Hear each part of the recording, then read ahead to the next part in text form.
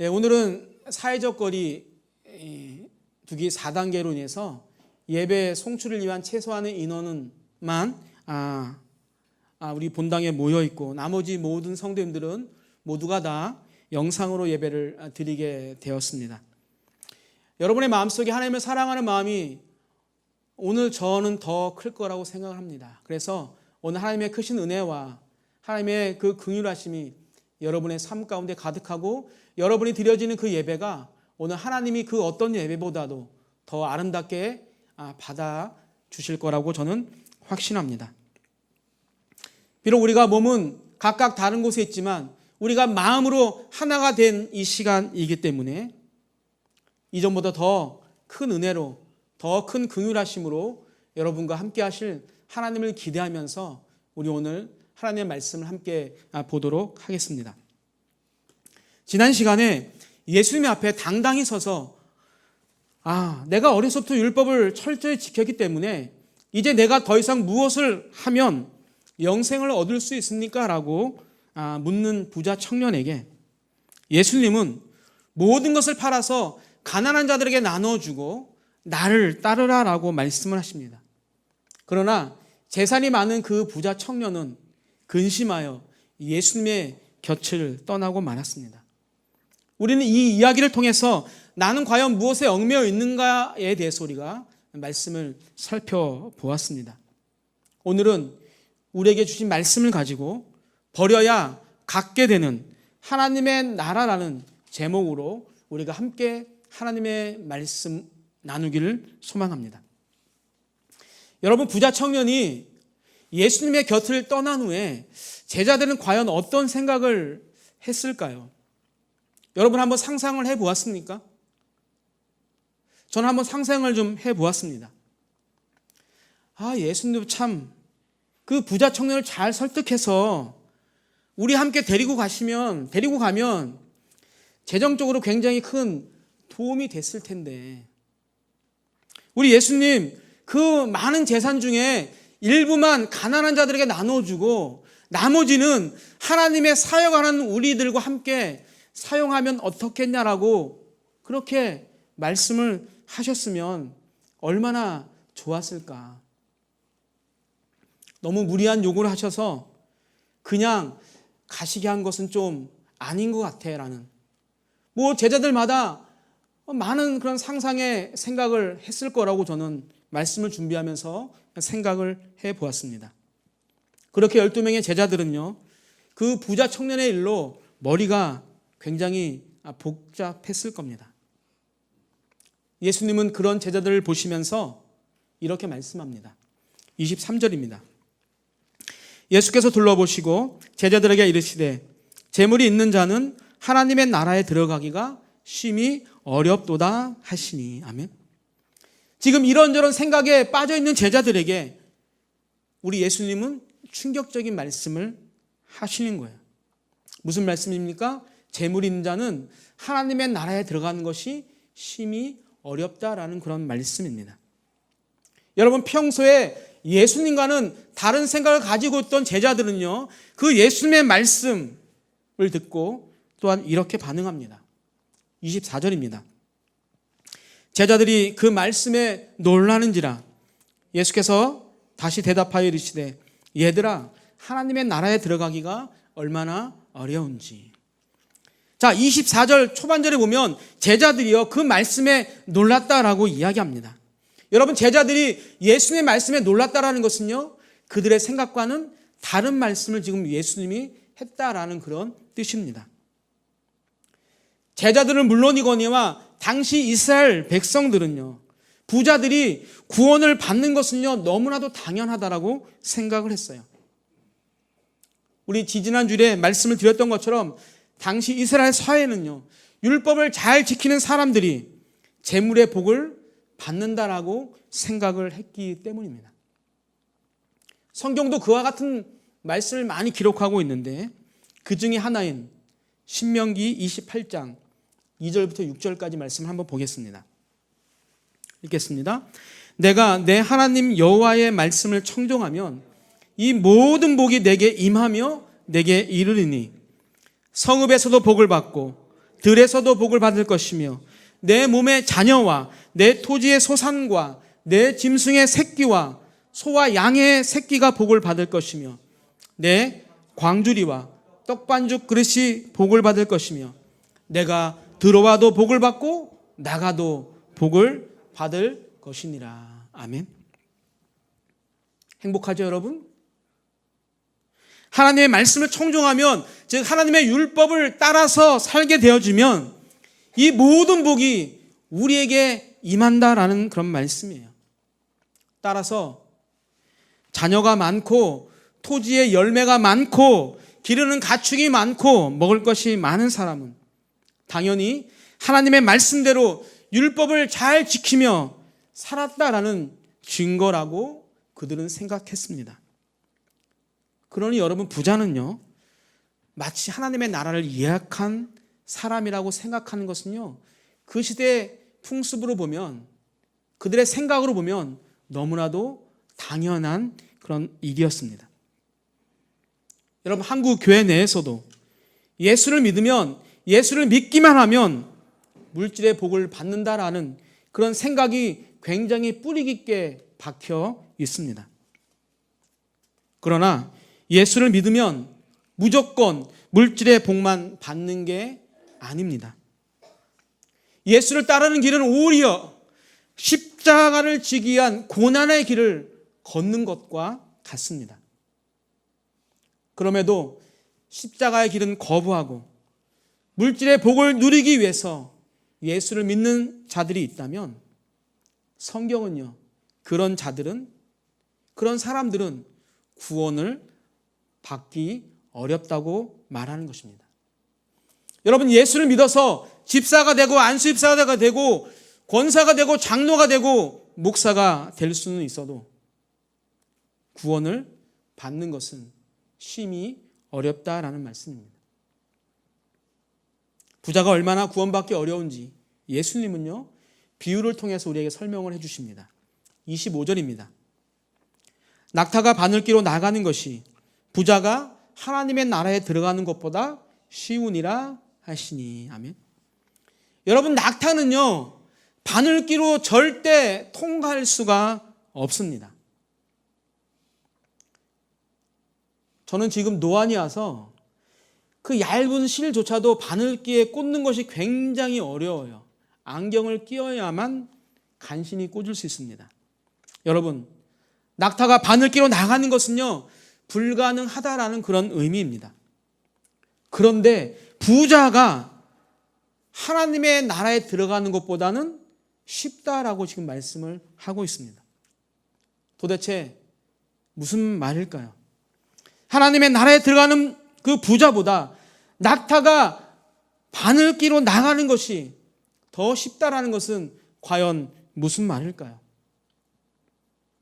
여러분, 글의 해석으로 보게 되어지면 부자가 하나님의 나라에 들어가는 것은요, 완전 불가능하다라는 그런 말입니다. 그러나 자세히 보면 둘 다 불가능하다라고 이야기하는 거예요.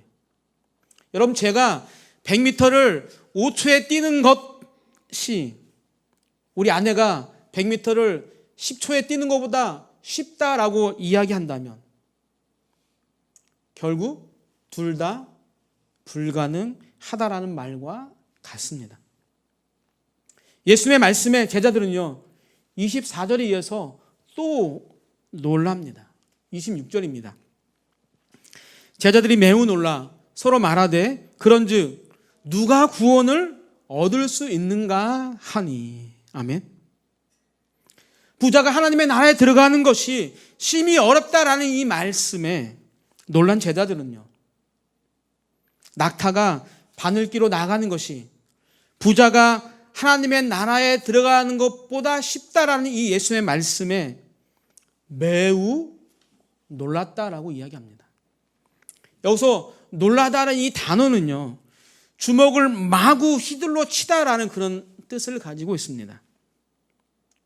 예수님의 말씀이 지금 그들을요, 주먹으로 마구 휘둘러 칠 만큼 놀라게 했다라는 그런 이야기입니다. 이유는 예수님의 말씀대로 한다면 구원에 이를 수 있는 사람은 단 한 명도 없다라는 그런 결론에 도달하기 때문입니다. 그래서 그렇다면 도대체 누가 구원을 얻을 수 있습니까? 라고 제자들이 예수님께 대묻고 있는 것이죠. 여러분, 때로는 우리의 상식과 우리의 지식이 잘못될 때가 있습니다. 지금 제자들은 부자들이 율법을 잘 지켜서 재물을 모았기 때문에 하나님의 나라에 들어가는 것, 무혈 입성할 거라고 제자들은 생각하고 있었습니다. 그런 자신들의 생각이 잘못되었다는 것을 알게 된 것이 그들에게는요, 엄청난 충격 그 자체였습니다. 아니, 그렇다면 누가 구원을 얻을 수 있다는 거야? 아니, 그렇다면 아무도 구원을 얻을 수 없다라는 그런 이야기 아니야? 지금 제자들은 혼란에 빠지게 되었어요. 그렇게 혼란에 빠진 제자들을 향해서 예수님은 어둠을 비추는 빛과 같은 말씀을 그들에게 하십니다. 우리 27절입니다. 예수께서 그들을 보시며 이르시되 사람으로는 할 수 없으되 하나님으로는 그렇지 아니하니 하나님으로서는 다 하실 수 있느니라. 아멘. 여러분, 낙타가 바늘기로 들어가는 것과 부자가 하나님의 나라에 들어가는 것, 두 가지 모두가 불가능한 일입니다. 그 어떤 것도 가능하지 않아요. 부자도 안 되고 가난한 자도 스스로 구원을 얻을 수 없어요. 그것은 불가능합니다. 여러분, 재물이 많은 것이 구원의 장애물이 되기도 하지만 그렇다고 가난이 구원의 조건이 되지도 않는다라는 이야기예요. 여러분, 이것이 변하지 않는 진리입니다. 그렇게 우리는 살아야만 하는 그런 사람들이었습니다. 아무리 재산을 많이 모으고 아무리 열심히 율법을 지켜도 우리는 우리의 힘으로는 하나님의 나라를 소유할 수 없는 그런 사람들이었습니다. 그런데 그런 우리에게 하나님이 축복을 주셨어요. 바로 예수 그리스도를 이 땅에 보내시고 우리의 죄를 대신해서 십자가에 죽이신 사건입니다. 그 십자가의 사건이 바로 사람으로는 할 수 없지만 하나님은 다 하실 수 있다라는 그런 말씀입니다. 그렇습니다. 구원이 가능한 이유는요, 사람에게 있지 않고 오로지 하나님께 있습니다. 하나님만이 구원의 능력이 있다라는 그런 말입니다. 사도행전 4장 12절입니다. 다른 이로서는 구원을 받을 수 없나니 천하 사람 중에 구원을 받을 만한 다른 이름을 우리에게 주신 일이 없음이라 하였더라. 아멘. 여러분, 다른 이로는 구원을 받을 수 없어요. 그 무엇도 우리를 구원해 줄 수 없습니다. 여러분, 구원받기 어려운 그 부자가 불의한 재물을 포기할 수 있도록 변화시켜주는 그 능력은 오직 하나님께만 있는 거예요. 도저히 바늘길을 빠져나갈 수 없는 그 낙타가 바늘길을 빠져나갈 수 있게 할 수 있는 능력, 이 또한 하나님에게만 있어요. 영원히 죽을 수밖에 없는 우리에게 영원한 생명을 주시는 것은 다른 것이 아니라 오직 하나님만이 하실 수 있습니다. 여러분, 구원의 문제만 그럴까요? 구원의 문제만 하나님이 하실 수 있을까요?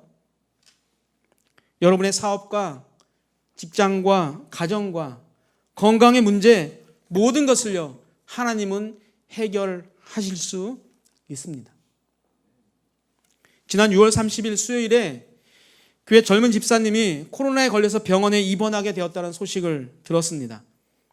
평소에 건강한 청년이었기 때문에 남들보다 그냥 아프지 않고 앓지 않고 금세 태어날까라는 그런 생각을 했는데 생각과는 다르게 계속 고열이 나고 계속 힘들어했어요. 병의 완치를 위해서 계속 기도 중이었지만 목요일도 금요일도 토요일도 주일도 전화기 너머로 나오는 소리는 코로나에 대한 아픔의 그런 소리뿐이었어요. 목사님, 과연 제가 병원에서 나갈 수 있을까요? 라는 절망의 소리였습니다. 저는 주일 오후에 전화 통화를 하던 중에 그 집사님에게 선포했어요. 월요일 날 열이 떨어질 거니까 걱정하지 마 라고 선포를 했어요. 여러분, 전화를 끊고 아니 내가 지금 무슨 말을 도대체 한 거지라는 생각이 들었습니다. 만약에 월요일 열이 떨어지지 않으면 나는 그럼 도대체 무엇이 되는 거지라는 생각을 잠시 했어요. 그리고 하나님께 매달려 기도했습니다. 하나님, 저 얼굴 한번 세워주십시오. 월요일 날 반드시 열이 떨어져야 합니다. 여러분, 어떻게 되었을까요? 월요일 아침에 열이 떨어졌을까요? 네, 안 떨어졌어요. 월요일 날 아침에 열이 떨어지지 않았어요. 제가 9시 몇 분에 통화를 했는데 열이 떨어지지 않았더라고요. 근데 여러분, 오후에 열이 떨어졌어요. 제가 월요일 열이 떨어질 거라고 선포를 했기 때문에 뭐 아침이나 오후나 월요일이니까 월요일 날 열이 떨어졌어요. 그리고 13일 날 퇴원을 했습니다.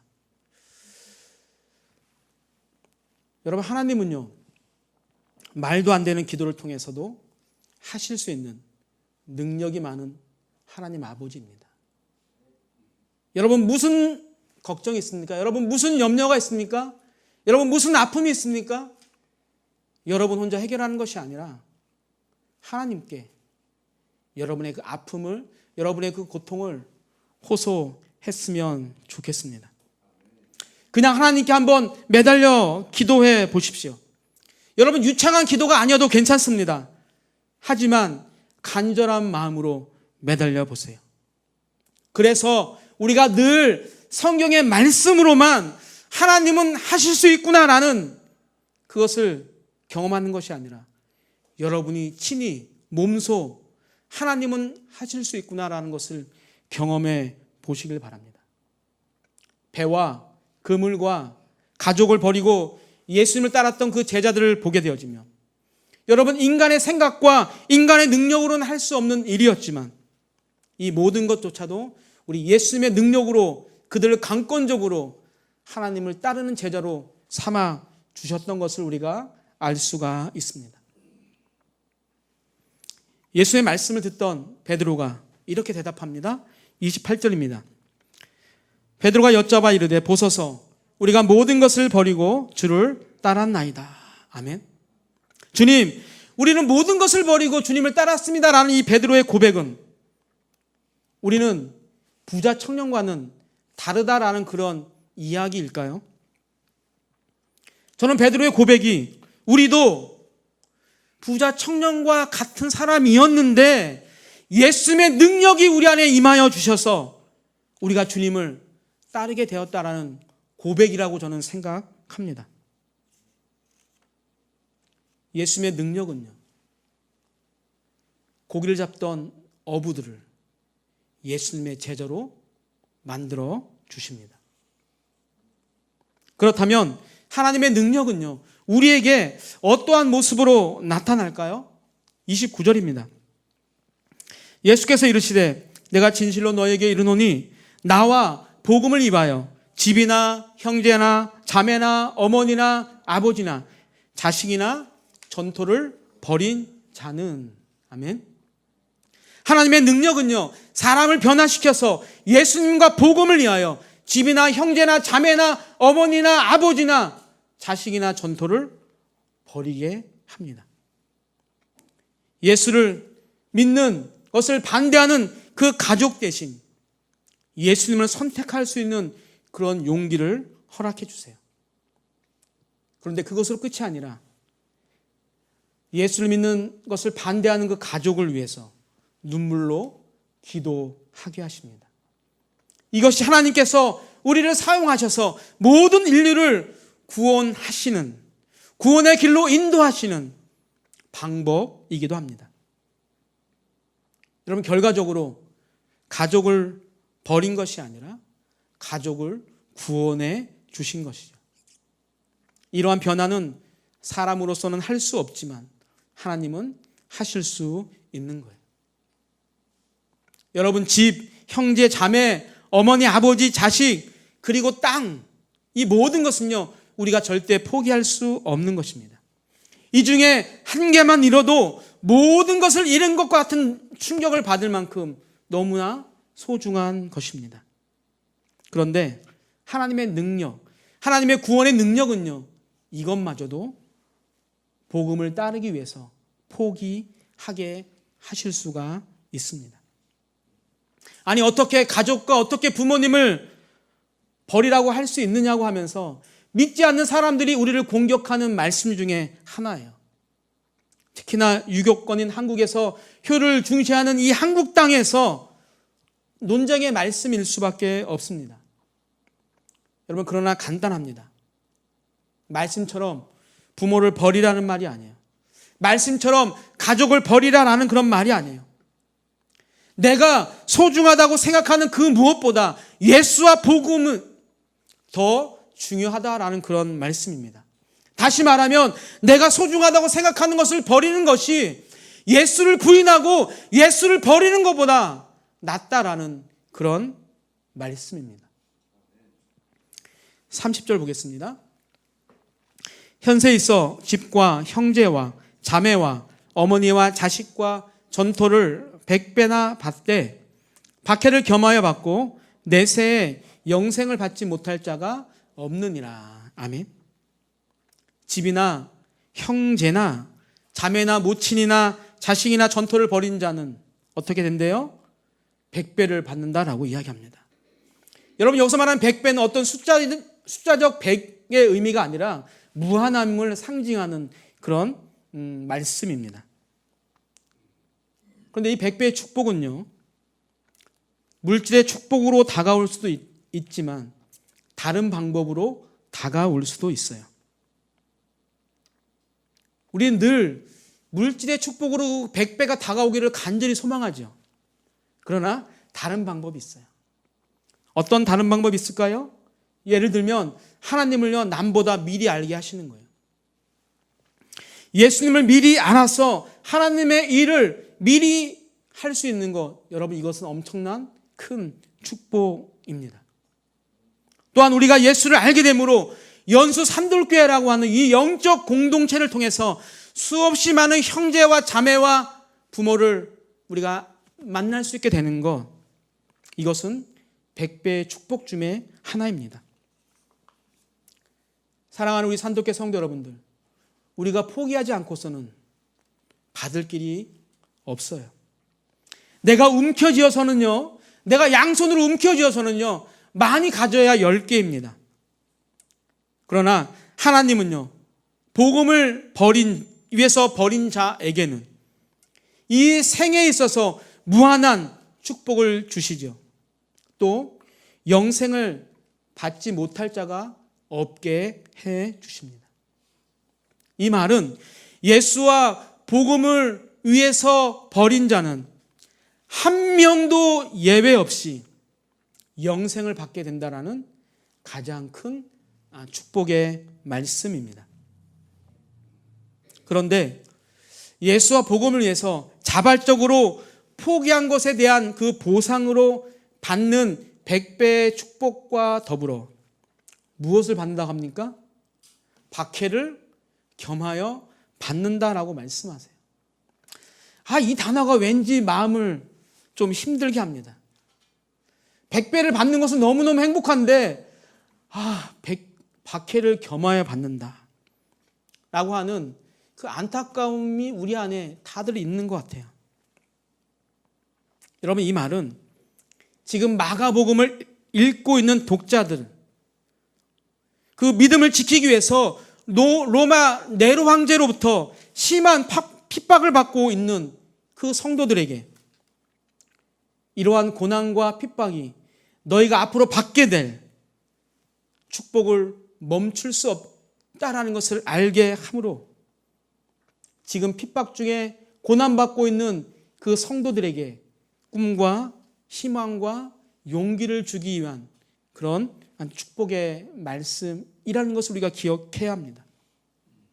그리고 지금 우리에게도 믿음을 지키기 위해서 받는 그런 박해는 두려워하거나 포기하지 말고 끝까지 지키면 100배 그리고 영원한 생명을 우리에게 주시겠다라고 하는 우리에게 꿈과 희망의 말씀이기도 합니다. 31절 보겠습니다. 그러나 먼저 된 자로서 나중되고 나중된 자로서 먼저 될 자가 많으니라. 아멘. 여러분, 예수님과 복음을 위해서 소중한 것을 버린 자들에게 현세의 복과 영생의 축복을 말씀하신 후에 먼저 된 자가 나중되고 나중된 자가 먼저 될 수 있다는, 즉 종말론적 완전 역전 현상에 대해서 말씀하면서 우리에게 경고하고 있는 그런 말씀입니다. 그런데 여러분, 이러한 상황이요 간간히 일어나는 것이 아니라 말씀해 보니까 많다라고 성경이 이야기하고 있습니다. 그렇다면 먼저 된 자와 나중된 자는 과연 누구를 말할까요? 학자들마다 의견이 분분하지만 여러분, 먼저 된 자는 하나님의 율법을 잘 지켰다라고 생각하는 그 부자 청년이나 당시 이스라엘을 이끌던 그 유대 지도자이라고 우리가 볼 수 있지만, 여러분, 지금 예수님이 말씀하신 그 관점에서 보게 되어지면 부자 청년이 떠나고 제자들하고 말씀하고 있는 그 상황으로 볼 때 모든 것을 버리고 예수님을 따르는 그 제자들이 먼저 된 자라고 우리가 볼 수가 있어요. 그러기에 교만에 빠진 제자들을 위한 경고의 말씀으로 우리가 이 말씀을 볼 수가 있습니다. 그리고 먼저 된 자가 나중된 자가 된다라는 것은 무슨 말일까요? 여러분, 이 말은 먼저 된 자가 먼저 믿은 것에 대한 그런 우월감만 가지고 자신의 신앙의 성숙을 위해서 아무런 노력도 하지 않는, 성장하지 못하는, 그래서 퇴보하는 것을 의미합니다. 결국 나중 믿은 자보다 더 못한 신앙인이 될 수 있다는 그런 경고의 말씀입니다.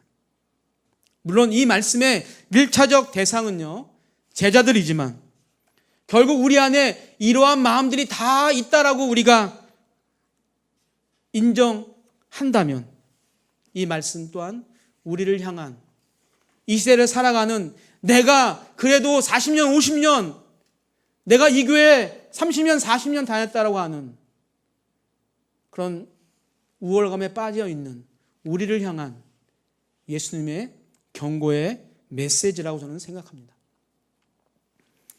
오늘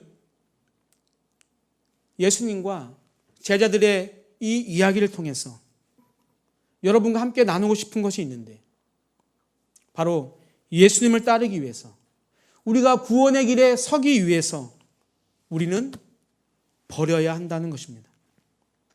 우리가 예수를 따르기 위해서 무엇인가를요 스스로 내어 버려야만 합니다. 필요 없고 가치 없어서 버려도 되는 것을 버리는 것이 아니라, 나뿐만이 아니라 모두가 인정하는 그 소중한 것, 그것을 우리는 버려야 합니다. 우리는 100배 받는 것에 치중하는 것이 아니라 버린 자는이라는 그 단어의 그 말씀에 우리는 초점을 맞춰야 합니다. 버린 자가 얻게 되는 것이 바로 하나님의 방법입니다. 특별히 하나님의 나라는 하나님과 복음을 위해서 철저히 버린 자의 것입니다. 나는 재물이 없으니까, 나는 부자 청년과 관련이 없으니까 갖게 되는 하나님의 나라가 아니라, 물질의 허무함을 알고 깨닫고 하나님을 의지하는 자가 하나님의 나라를 소유하게 되는 것입니다. 우리 다시 29절과 30절을 읽어보겠습니다. 예수께서 이르시되 내가 진실로 너에게 이르노니 나와 복음을 위하여 집이나 형제나 자매나 어머니나 아버지나 자식이나 전토를 벌인 자는 현세 있어 집과 형제와 자매와 어머니와 지식과 전토를 100배나 받되. 아멘. 여러분 29절에서 우리가 포기해야 할 것을 말하면서는 이나를 이야기합니다. NIV 성경 보면 or라고 나와요. 또는. 그런데 버린 자가 받게 되는 것은요, 무엇과 사용됩니다. 여러분, 우리가 포기해야 하는 것은요, 내가 가지고 있는 여러 가지 중에 하나이지만 얻게 되는 것은요, 모든 것이라는 그런 이야기입니다. 우리가 예수와 복음을 위해서 포기하는 것보다 믿음을 지킴으로 인해서 받는 것이 훨씬 더 많다라는 이야기예요. 그리고 그 위에 더해지는 것이 무엇이다? 구원, 바로 영원한 생명이 그 위에 더해지는 축복이라는 것입니다. 사랑하는 우리 산돌교 성도 여러분, 다 버리라는 것이 아니에요. 다 포기하라는 것이 아니에요. 내가 예수를 믿는 그것을 방해하는 것, 내가 복음의 길로 걸어가고 싶은데 그 복음의 길로 걸어가는 것을 막고 있는 것, 그것 하나 버리면 되는 것입니다. 그러면 더 많은 것을 주시는 것이 바로 하나님의 법칙입니다. 하나님과 복음을 위해 버릴 것을 우리 과감히 버림으로 현세의 복과 구원의 복을 다 누리게 되는 산돌의 성도님이 되시기를 주님의 이름으로 축복합니다. 버려야 갖게 되는 것이 바로 하나님의 나라입니다.